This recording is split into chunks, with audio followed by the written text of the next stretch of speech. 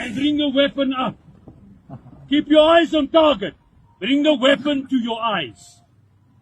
Keep your eyes on the target. Keep both eyes open. You're going to shoot with both eyes open. Okay. Are you paying attention, Sipu? There at the back. Yes, I'm talking about the Captain Sipu. Right. Both eyes open. Always. Alright. How do I aim? I bring the weapon up into the firing position. The butt must be on the cheek.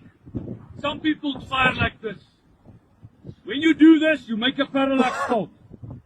The barrel is too low and you tend to aim high. So the weapon must come up as for the normal firing position, so that the butt touches the cheek. Both eyes open. How do I aim?